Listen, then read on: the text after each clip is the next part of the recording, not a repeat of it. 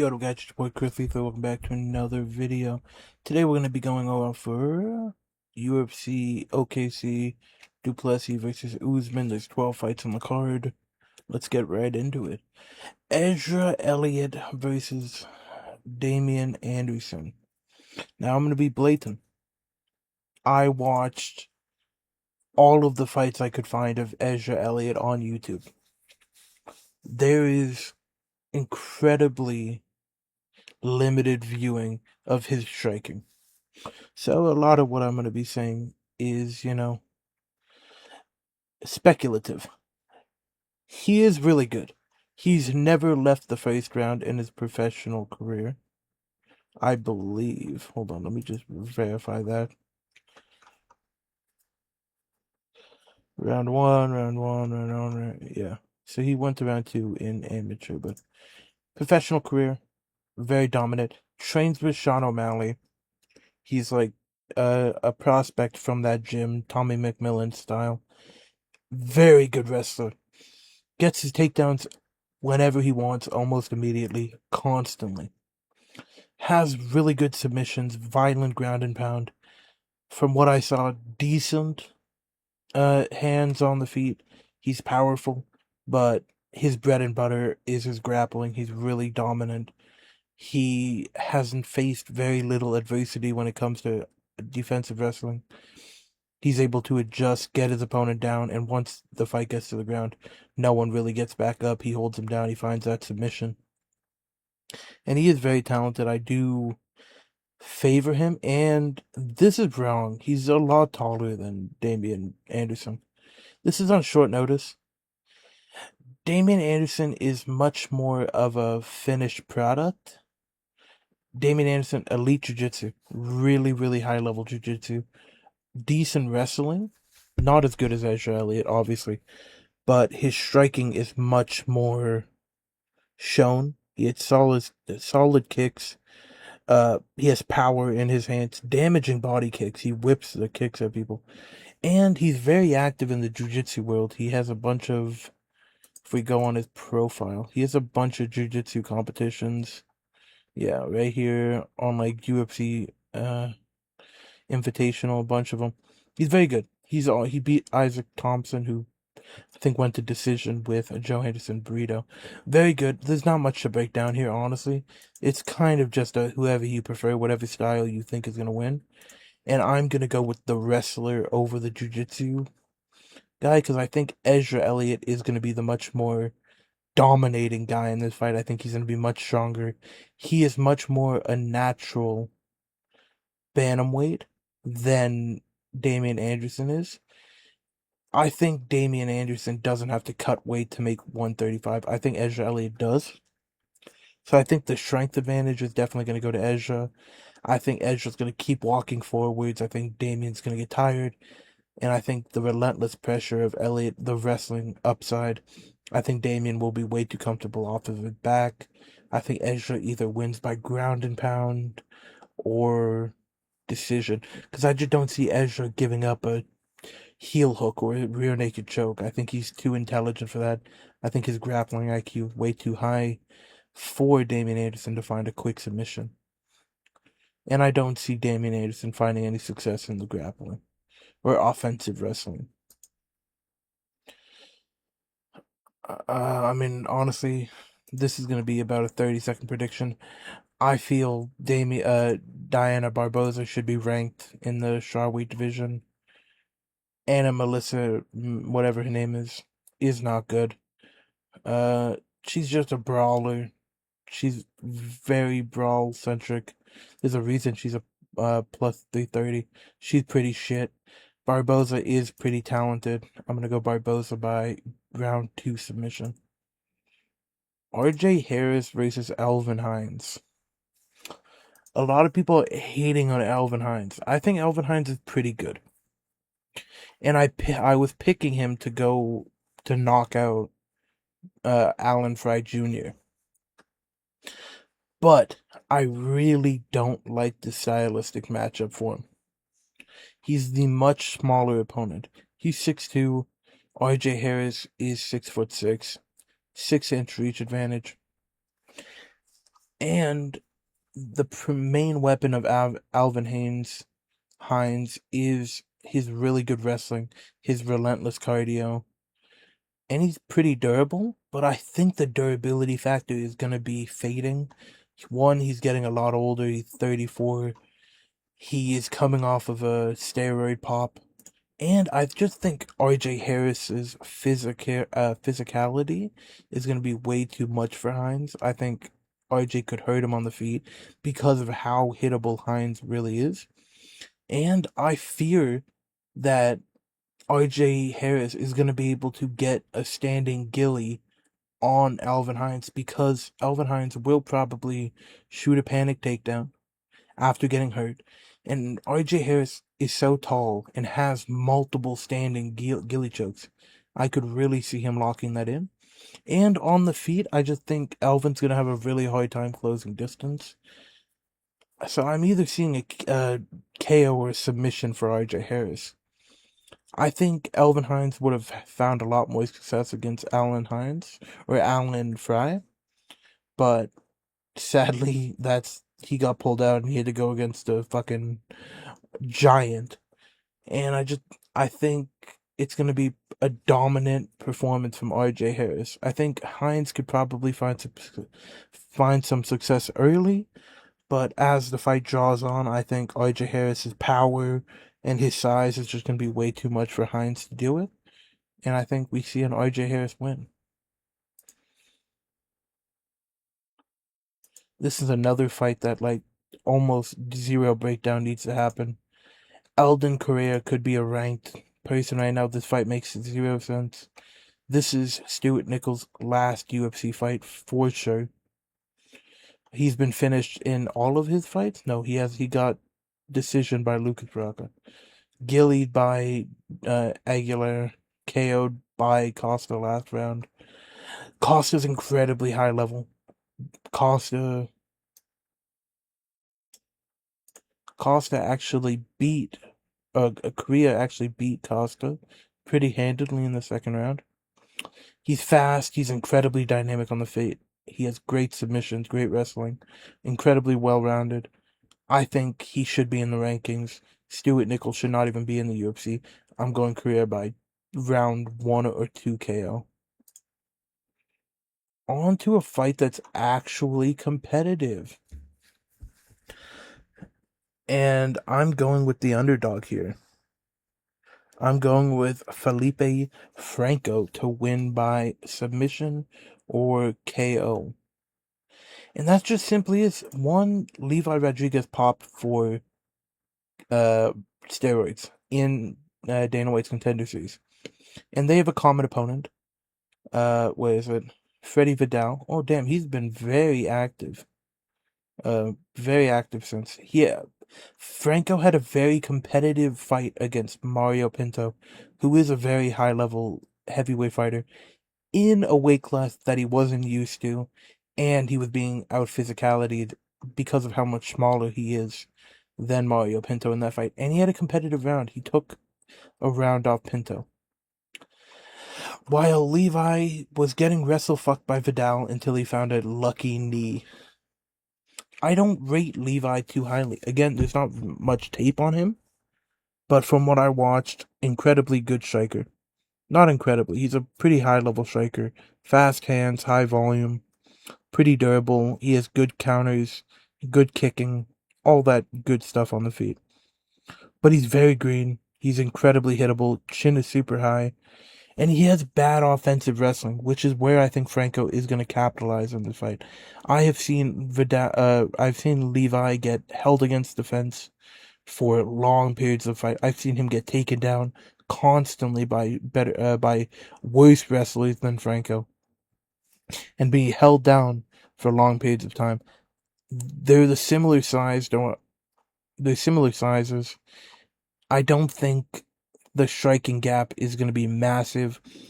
Yes, Franco gassed out and lost to Vidal, and Vidal got knocked out by Levi, but I don't think people remember that Franco Vidal fight correctly. Franco was dominating that entire fight until the third round, until he gassed out, and then he got submitted. It was a bad cardio performance. but Franco has shown that his wrestling is elite. Really good takedowns, has a lot of power in his hands, constant pressure, great transitions on the ground, and he's just very high level on the ground. And he's pretty good on the feet. Like he has a really stiff jab, good straight punches. And I think he'll be able to take down Levi at will. And I think he's gonna hold him down. I think he's gonna find opportunities to land damage and ground and pound. And I think it's gonna be a ground and pound finish in the second or first round. He's the underdog, surprisingly.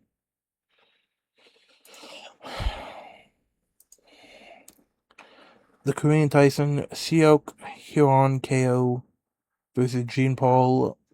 I'm not going to say their last name, guy. I'm going to call him Seok and him Jean Paul because I can't pronounce the name.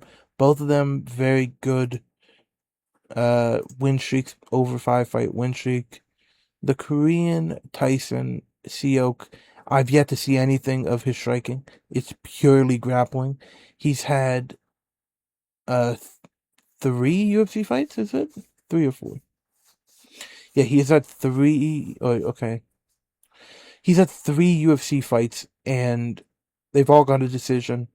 So 45 minutes of fight time, and 29 minutes of that have been dominant control by him. His wrestling is next level. I don't know how, I don't know why he's so dominant on the ground, but his control is unlike anything I've ever seen. And I assume by the name Korean Tyson, he has decent hands. Jean Paul didn't impress me against Phil Real. He arguably lost that fight against Phil Real. He was getting pieced up in the third round. His cardio isn't the best. He's a really high level striker, has pretty good kicks, pretty good boxing.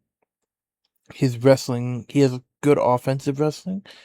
I've yet to see his defensive wrestling get tested all too much.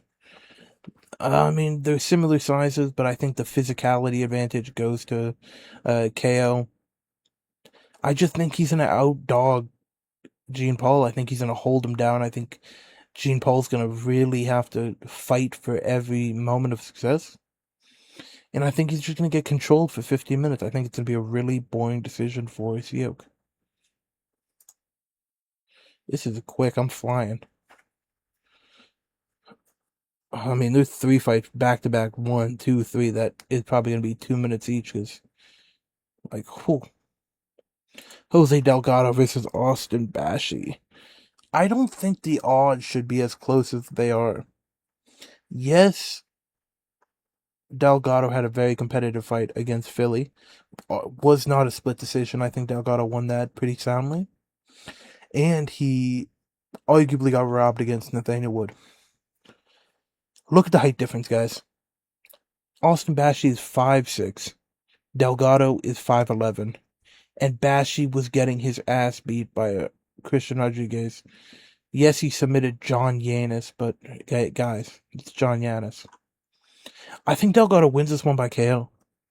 On the feet, it's night and day here. Delgado is so much better on the feet. He uses all of his weapons incredibly well. He has devastating knees right up the middle, and I think that's actually going to help him a lot in this fight because Austin Bashi struggles to defend straight punches, knees up the middle. He gets hit a lot straight down the middle. He's very hittable. He has a really good chin, but I think Delgado will crack that chin. Delgado has devastating power. He finds unique angles to land on you. And he has really good jiu-jitsu too. He has great submissions, pretty good wrestling. And he's just a really high-level finisher, while I think Bashi needs to get his wrestling going to have any success in this fight.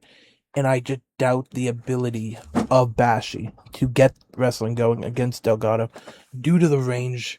I think Delgado can keep him at range, keep him far away from him. And even if he gets the fight to the ground, I think Delgado's good enough to get back up.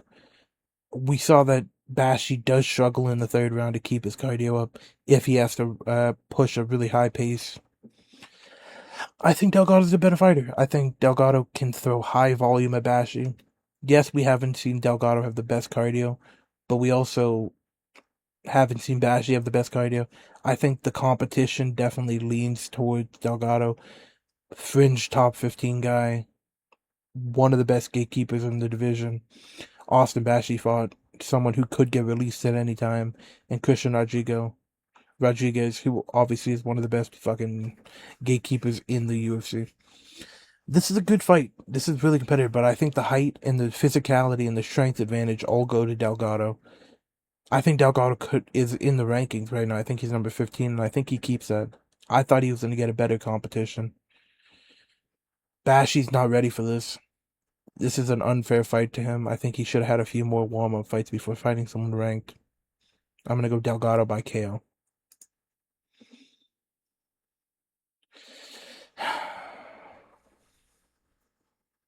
Honestly, I want to save this fight for last.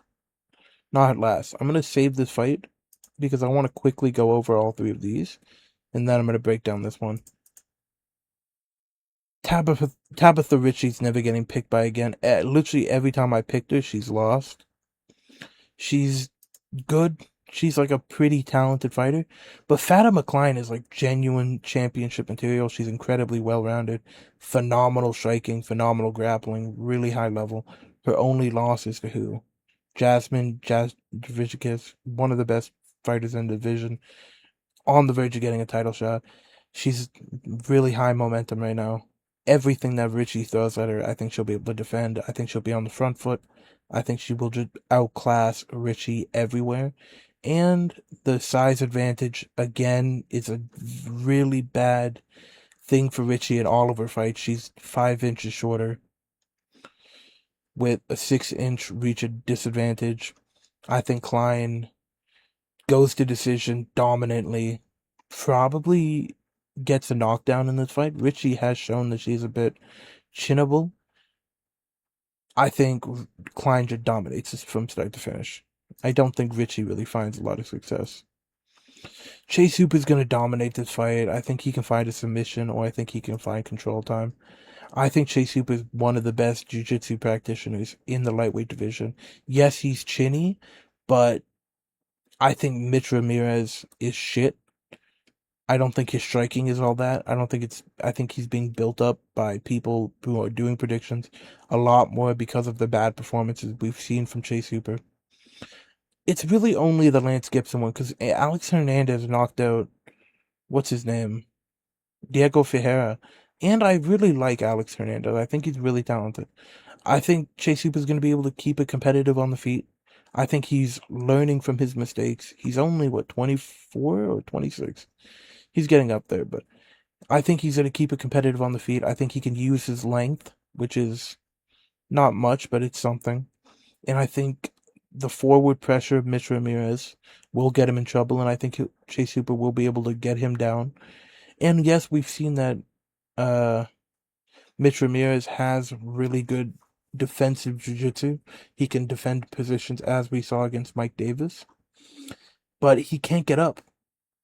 And I think Chase Hooper does some of the best job at keeping opponents down.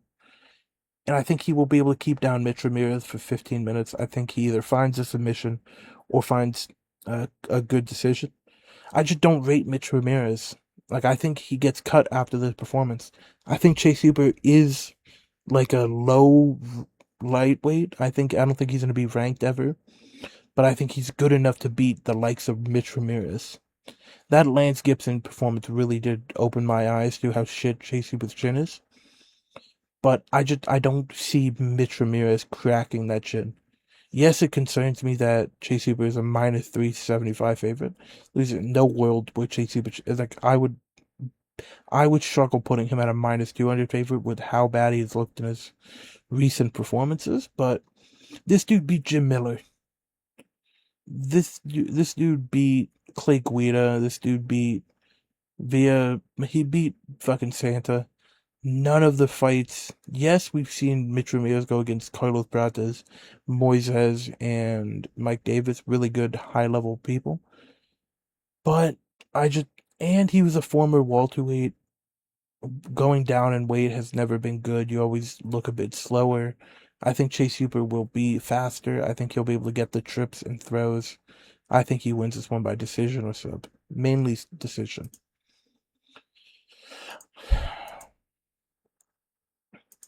Jared Cannonier versus CLD, Christian Leroy Duncan. Their common opponent is Gregory Rodriguez. And somehow, someway, Jared Cannonier chinned Gregory Rodriguez while Gregory Rodriguez destroyed CLD on the mat and on the feet. I think CLD has grown. I think CLD. I mean, Jared Cannonier is 42 years old. I don't think he should be a plus two. I think maybe plus 150. CLD's performance against Roman Dolidze looked fucking horrendous, but I think Roman was fighting to survive, not to win that fight, so I think that's why he went to decision.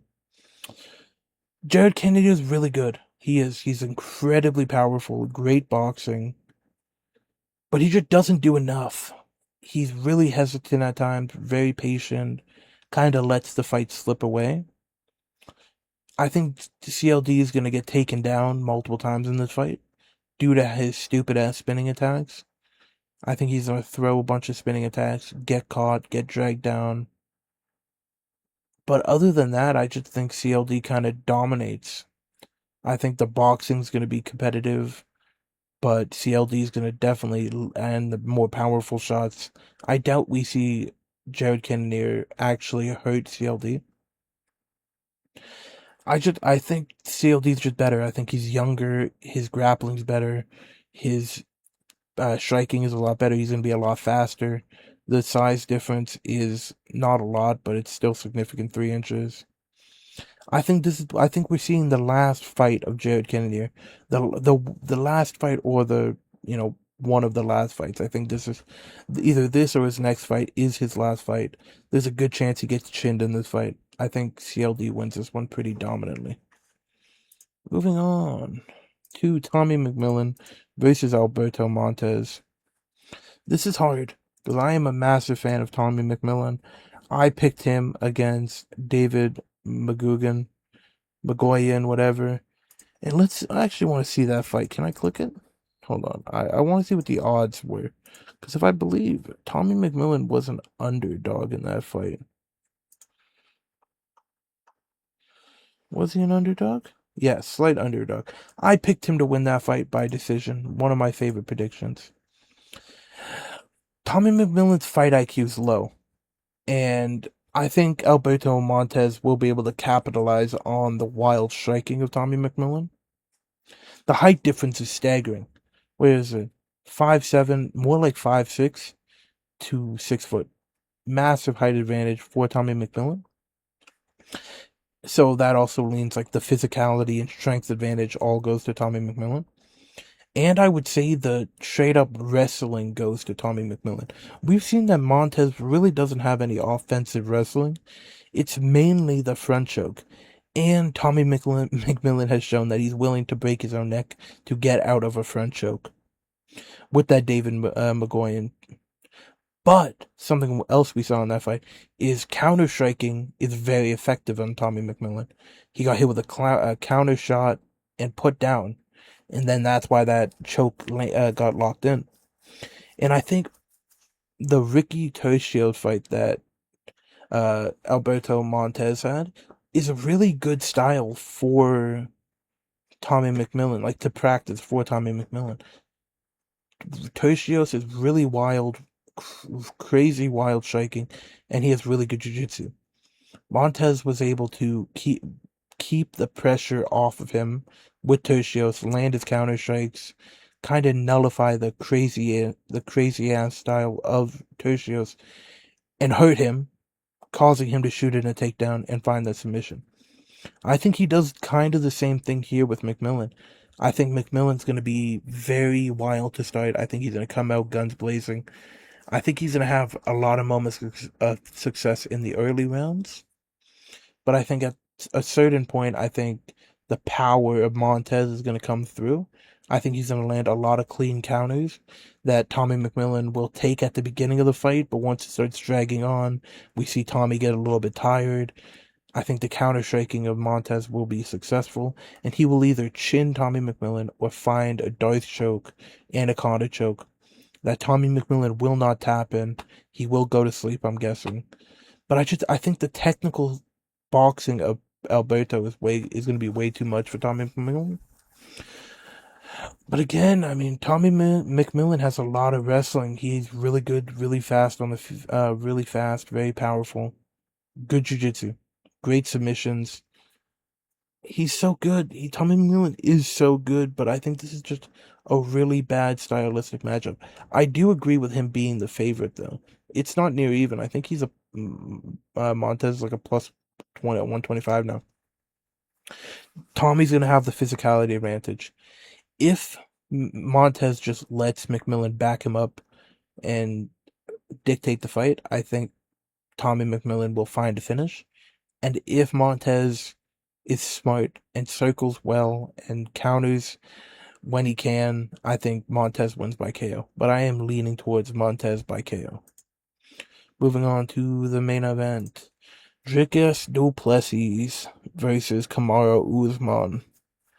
Now, I've picked wrong. I think there's been 9 pay-per-views in 2026. I've gotten one of them right. So, I'm going to make it another one wrong, and I'm going to go Kamaru Usman by decision.